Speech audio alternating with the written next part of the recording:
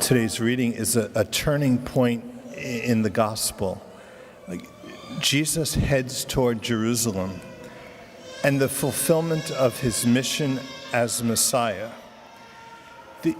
There's only one person standing in his way, and it's Peter. Last week, Peter identified Jesus as the Christ, the anointed one of God. But he could not see Jesus as the suffering servant of Yahweh. Okay? Peter believed the truth, but knowing the truth doesn't make us holy. Like we say, Peter was the only one who got it right last week.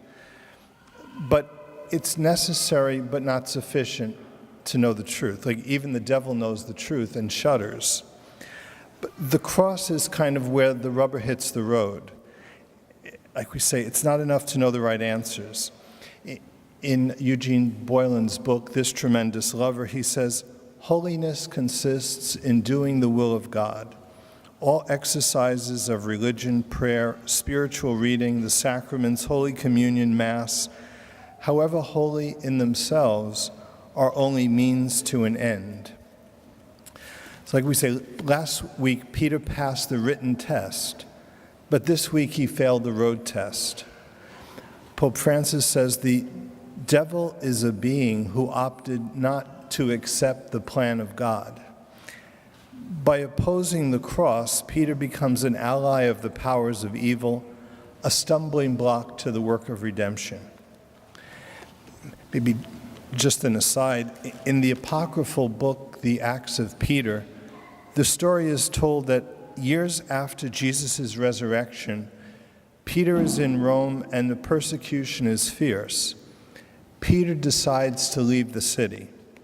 As Peter is fleeing likely crucifixion in Rome, Jesus appears to him outside the city walls, heading toward Rome. Peter asks Jesus, Domine, quo vadis? Lord, where are you going? Jesus answers, I am going to Rome to be crucified again. And Peter gains the courage to return to Rome to continue his ministry, and eventually he's martyred. And that's really a fulfillment of that passage in the gospel that says, when Jesus is going off to crucifixion, Peter wants to go with him, and Jesus says, where I am going, you cannot follow me now, but you will follow me later.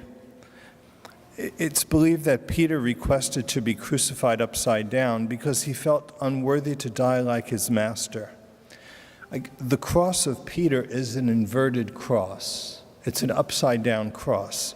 It's a symbol of humility. Now, today that symbol is used by satanic cults. But the upside-down cross is Peter's cross, a symbol of being unworthy to die as his master. St. Paul, in that second reading to the Romans, says, offer your bodies as a living sacrifice, holy and pleasing to God. Discern the will of God, what is good, pleasing, and perfect. So sometimes, Satan offers us a way around the cross. Satan tells us that the devil would really never want to inconvenience you or me in any way. So he tries to get us to circumvent the teachings of the church, to find loopholes in God's law. But the cross is rather the image of Christian warfare. John Henry Newman writes, such is the rule of our warfare, that we advance by yielding, we rise by falling, we conquer by suffering, we persuade by silence, we become rich through generosity, we inherit the earth through meekness, we gain comfort through mourning, we earn glory through penitence and prayer. Heaven and earth will sooner fall than this rule be reversed. It is the law of Christ's kingdom, and nothing can reverse it but sin. As that gospel says, whoever wishes to come after me must deny himself, take up his cross, and follow me. So the spiritual life is really a walk toward Jerusalem. It means to be receptive to the cross. Really, the definition of a Christian is one who embraces the cross. That's the job description of a Christian.